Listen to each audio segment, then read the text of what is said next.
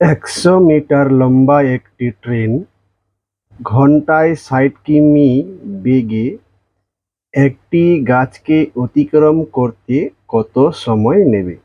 এই অঙ্কটি খুব গুরুত্বপূর্ণ যে কোনো চাকরি পরীক্ষার জন্য।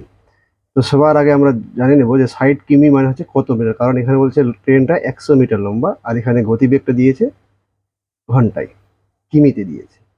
তাই আমরা জানি যে 60 কিমি 60 কিমি মানে হচ্ছে 60 × 1000 মিটার।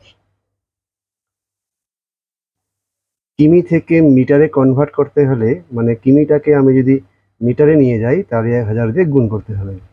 তাহলে এখানে হয়ে গেল 60,000, 4টা 0, এটা হয়ে গেল মিটার। আর এখানে আছে ঘন্টা, আর আমরা সবাই জানি 1 ঘন্টা মানে হচ্ছে, টাকা হয়ে গেল, ঘন্টা লিখতে হবে। 1 ঘন্টা মানে হচ্ছে 60 মিনিট, আর 60 সেকেন্ডে 1 মিনিট। তাই আমরা এটা লিখবো সেকেন্ড। তাহলে 60 × 60 সেকেন্ড মানে হচ্ছে 1 ঘন্টা। তাহলে এবার দেখো, একদিকে লিখতে হবে দূরত্ব, যেটা আছে মিটারে, ব্র্যাকেটে মি দিয়ে দিলাম মানে মিটার, আর একদিকে লিখতে হবে আমাকে সময়। এটা হচ্ছে তৈরাশি নিয়ম, যেটা হচ্ছে সেকেন্ডে।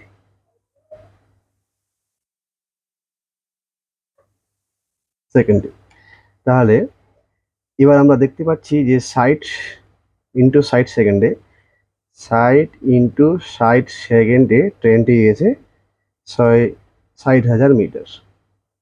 তাহলে 100 মিটার যেতে তার কত সময় লাগবে? তাহলে এবার নির্ণয় সময়, দূরত্ব আর সময়ের মধ্যে হচ্ছে সরল সম্পর্ক।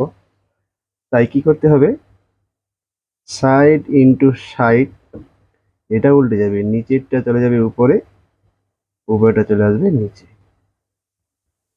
এবার 1 2 3 4, 1 2 3 4, এই 6-এর সঙ্গে এই 6 কেটে গেল, তাহলে একটা 6 থাকলো, 6 সেকেন্ড। তাহলে ট্রেনটা কত সেকেন্ডে গাছটিকে অতিক্রম করবে? 6 সেকেন্ডে অতিক্রম করবে। এই হলো অ্যান্সার। তো বন্ধুরা, অঙ্কটি কেমন লাগলো অবশ্যই ভালো লাগলে লাইক করবেন, আর চ্যানেলটিকে সাবস্ক্রাইব করতে ভুলবেন না। যে কোনো চাকরি পরীক্ষা এবং ক্লাস 7 থেকে 10 পর্যন্ত অঙ্কের